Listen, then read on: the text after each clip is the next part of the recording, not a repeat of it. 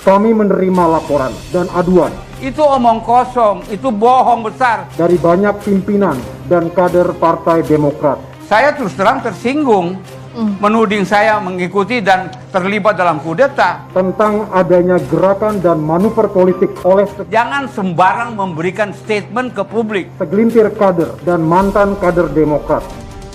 Publik tahu siapa maksud Papua, publik tahu siapa yang berjuang untuk Partai Demokrat dari awal. Saya akan menyampaikan penjelasan tentang gerakan politik Kalau Anda sudah mengatakan bahwa 100% konstelasi politik ataupun konstituen dan suara di daerah itu sudah mendukung, ngapain kalian sibuk-sibuk menuduh kiri, menuduh kanan? Selesaikan aja, tak usah gentar, maju terus. Jangan sampai takut bahwa ada orang yang mau menggantikan AHY untuk calon presiden 2024. Jangan itu yang dipikirkan.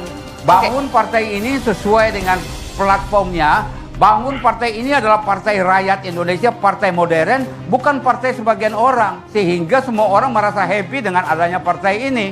Jangan sampai melecehkan orang-orang yang terdahulu, orang-orang yang sudah berjuang.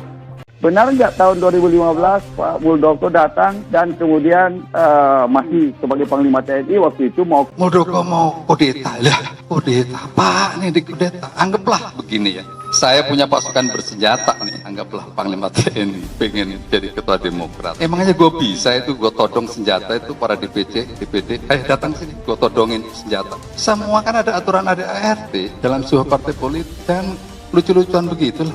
Pak Andi, jangan kaitkan ya, Pak Joko Widodo itu seorang negarawan yang diberkati Tuhan datang ke Indonesia untuk jadi presiden. Jangan dikait-kaitkan sudah seperti Orde Baru, Pak Andi. Itu nggak baik.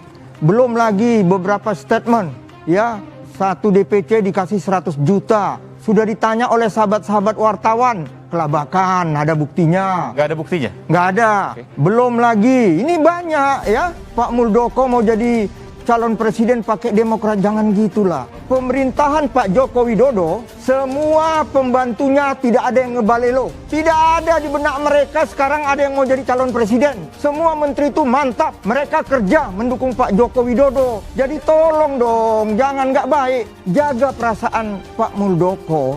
Dan bicara seperti ini, ramenya di Demokrat, jujur saja, saya orang yang dekat dengan Pak Luhut Binsar Panjaitan. Beliau Menko Kemaritiman. Beliau tokoh Golkar.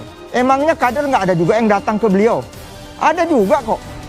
Tapi Pak Luhut ya menyatakan ya itu urusan partai Anda. Pak Luhut nggak mencampuri.